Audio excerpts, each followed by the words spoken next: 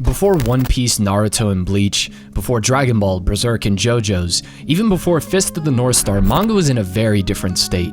The medium was still evolving, with much to explore and redefine. But a few groundbreaking series would come along to change everything. By the 1970s, my grandfather was on ungodly amounts of cocaine. Oh, and Devilman pushed the boundaries of violence in manga, shaping the dark emotional narratives we see in works like Berserk. The Rose of Versailles redefined shoujo, crafting tragic romances that influenced generations. Going further back to the late 1960s, Ashita no Joe sparked a cultural obsession with boxing in Japan, kinda like how Slam Dunk would do for basketball in the 90s, and revolutionized the sports manga genre with its complex, unconventional protagonist. But even before these iconic works, there was one manga created in 1954 that laid the groundwork for the limitless potential of the medium. Its creator, Osamu Tezuka, the man often called the godfather of manga, known for Astro Boy, which would also go on to revolutionize anime. Tezuka wrote over 700 series in his lifetime, yet this story isn't about Astro Boy, it's about Phoenix. The work many consider Tezuka's magnum opus, a series that delves deeper than any of its time, putting on a full display of what manga could delve into thematically and how storytelling through the art form that is manga is only limited by the person holding the pen. Phoenix is a tale of irony and tragedy, both within its pages and in the story of its own creation. The story of Tezuka's Phoenix is a bit complicated if I were to try to break it down in a chronological order off the gate without any context. So here's a monologue at the end of Volume 2 that puts the story into frame. The Phoenix rose in flight to preside over a new history of man. She flew to all corners of the globe, her cosmic energy radiating light. The people in fear and admiration passed down the story of a fiery bird from generation to generation. In Russia, she was the firebird born of Earth. In China, she was said to be the bird of the sages which dwelt in Paradise High on Mount Harai. She was called the immortal bird. In Europe, she was known as the bird that periodically destroyed itself in flames, only to rise from the ashes. She was called the Phoenix. All over the world, people sought her life-transcending energy. They pursued her. No one was able to obtain her blood, the key to immortality, yet man's lust for her knew no bounds. Those who pursued her merely hastened their own deaths. The Phoenix built a nest near the mount of a volcano and sat in meditation. Life had been destroyed, reappeared, evolved, flourished, and then been destroyed again. Countless times, and the Phoenix had witnessed this, man once more was treading the same path. She often thought of the slugs. They too were once an advanced form of life. I wonder why the evolution of all living creatures goes awry. The same is true of man. No matter how advanced his civilization, he seems to bring out his own doom. But the Phoenix keeps hoping that this time, man will succeed. That this time, man will realize his mistakes and make use of the life bestowed upon him. The story of the Phoenix is not a linear one, but one that spans across thousands of years in the past and in the future, tying them all together with a central theme and at times reincarnating characters. Each volume, or at least half a volume, being dedicated to a time period and the protagonist of that section trying to be tied to the Phoenix. I wouldn't recommend trying to binge this manga, since it's a lot to take in. I don't know how many times the human brain can be confronted with its purpose in life before needing a break. Imagine the poor kid in the 1950s picking this up thinking it was going to be Astro Boy but with a bird. The style of writing, with having different storylines come together to communicate this grand message, is something you see with Junji Ito, Urasawa, and Masaaki, mangaka known for that sort of style of writing, to varying degrees, but I need to remind you this was 1954 when this story was originally created, the early drafts of it actually being made in the 1940s. Even Tezuka wasn't this ambitious with his other works. Most manga, even in the 70s and 80s, the time where a lot of these volumes would end up being released, weren't as experimental with the visuals or bold with the direction of the story. Art style-wise, Tezuka remains true to his cartoony way of depicting characters. And this isn't only the only mature story he made, but I would argue his best panels, best characters, and strongest writing is all in this manga. It is split up into 12 volumes and 15 separate stories in total. Dawn, Future, Yamato in Space, Karma, Resurrection, Nostalgia, Civil War Part 2 and Robes of Feathers, Strange Beings in Life, Sun and Sun Part 2, and finally Early Works. None of these were released in a linear order either. Each one was made as a piece that could work on its own, and then they were released as time went on. Each one looking into different eras of human existence, different circumstances and problems, all leading back to mankind's biggest struggle, finding an answer for life and death.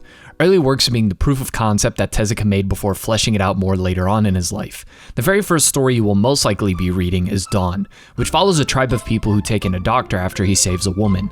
The doctor and the woman get married, and then it turns out the doctor is a traitor, as men from a foreign land come to invade, killing them all except for the doctor, his wife, and a boy called Nagi. These men are in search of the legendary phoenix, as their queen despises the idea of growing old, and one day being met with what awaits us all.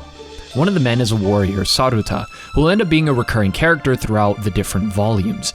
But in this era, he takes the boy in and adopts him, creating what could be seen as the earliest version of the Thorfinn and Askeladd dynamic in manga. Saruta is training Nagi to be a good enough archer to snipe down the phoenix and get its blood for the queen. The queen is a bitch of colossal proportions and orders Nagi to be killed, but Saruta refuses and Nagi is forced to run away with Saruta back to his homeland where the phoenix is. This is the page that I knew was going to be on the thumbnail. Berserk fans try not to find Berserk and everything challenge impossible.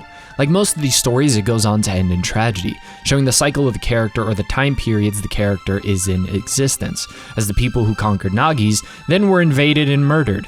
The only survivors being the doctor and his wife that live near the nest of the phoenix, eventually growing old, and one of the children climbing out to explore the world and what life has to offer. This one story alone delves into revenge, war, the futility and consequences of trying to avoid death, instead of focusing on the gift that is life, and how we can be happy in the mere fact that we exist. Quote, Nagi, look in front of you. Look at the insects. They are alive too, but only for 6 months. The mayfly's life is even shorter. Once it matures, it lives but 3 days, and it doesn't complain. Men live longer than the insects, dogs, cats, or monkeys. If they realize the joy of living in the life they have, isn't that happiness? The human struggle doesn't get any better in the next volume, Future. Take a wild guess where this one takes place. Humans have gone underground since the Earth has been dying, and now people listen to their supercomputers which they believe to be infallible. The main character is married to an alien, who is then ordered to be murdered by a supercomputer, and so the two of them run away. To settle what direction humanity should go, they have the supercomputers debate which ends in nuclear war.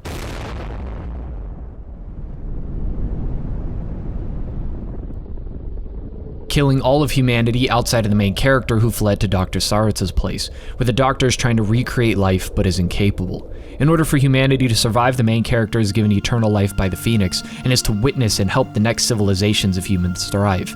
Billions of years pass as the main character becomes one with the cosmos, having wished for death a long time ago.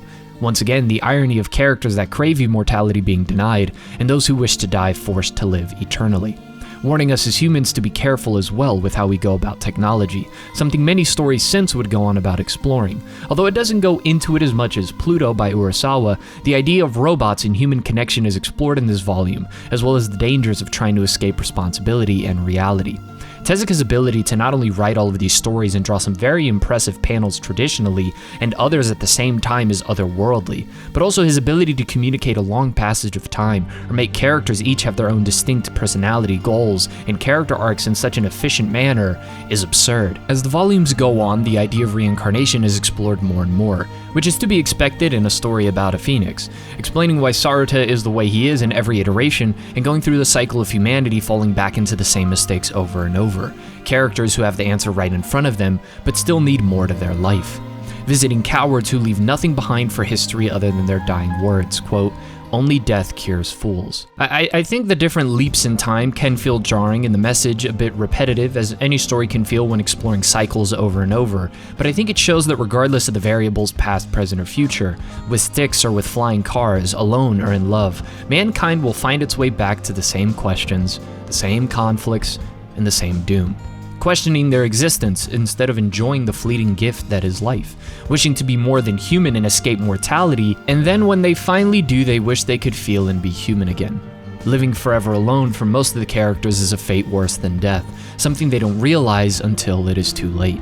The nature of the Phoenix itself is difficult to pin down, as it desires for humanity to progress and live, and while yes, humans throughout the story shoot themselves in the foot, it's a little difficult to understand the nature of the Phoenix beyond being an agent of the cosmos itself. It comes off a little chaotic and mischievous at times. One could look at it and blame it for being so elusive, but then that would be ignoring all of the chances it gives mankind to learn, despite mankind hunting her for their own selfish goals based on finite perspective. Volume 6 explores the rather unflattering process of creating a new civilization once again, delving into human nature in its primal ways, how far we're willing to go for something called love. It's a really good piece of sci-fi manga, but I don't think I enjoyed it as much as volumes 1, 2, and 4. Civil War Part 1 and 2 delves more into conflict, and how it's just a part of who we are as people. It's a strong section of the story, and so are the other volumes that come after, delving into and reaffirming many of the thoughts you pick up on the previous volumes. I would highly recommend this manga, and you can read them in the order the volumes already are, but if you were to try and put them all in order based off of time period each story takes place, it would go Dawn, Yamato, Sun, Karma, Robe of Feathers, Civil War, Strange Beings, and then Sun again, but now in the year 2008. Life, Nostalgia, Resurrection Universe, and finally, Future.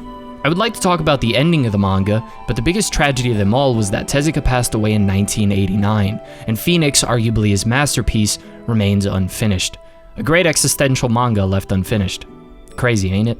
Going into each volume after this point defeats the purpose of the video. I'm sure you get the idea, and how this was such an ambitious project for its time, and finding a manga that has aged well 40, 50, even damn near 60, 70 years later isn't common, opening the doors for what could be done and inspiring countless mangaka with his work ethic alone. I think Phoenix changed the way manga was done forever, and for the better, and it is about many, many different things as mentioned in the video, but if there's any practical application, I think it's simple. Make the most out of the limited time that you have. This life, right now. Sure, pondering your existence in the universe is healthy from time to time, but you can't live in the stars. You can't live in the past or in the future. You must simply be now. Tezuka himself was the embodiment of this before passing away, dedicating his life to the craft he loved, and pushing it to heights where the next generation could be inspired and create as well, thus continuing the cycle of ingenuity. Ignoring the vending machine isekais, our job isn't to live forever or run away from death, but simply create and leave something behind for the next generation to do the same. We may not be immortal like the Phoenix, which the story kind of delves into that, possibly being a bit too much for the human mind, but what we make can outlive us for centuries, until eventually that fades into the cosmos as well, and that's okay.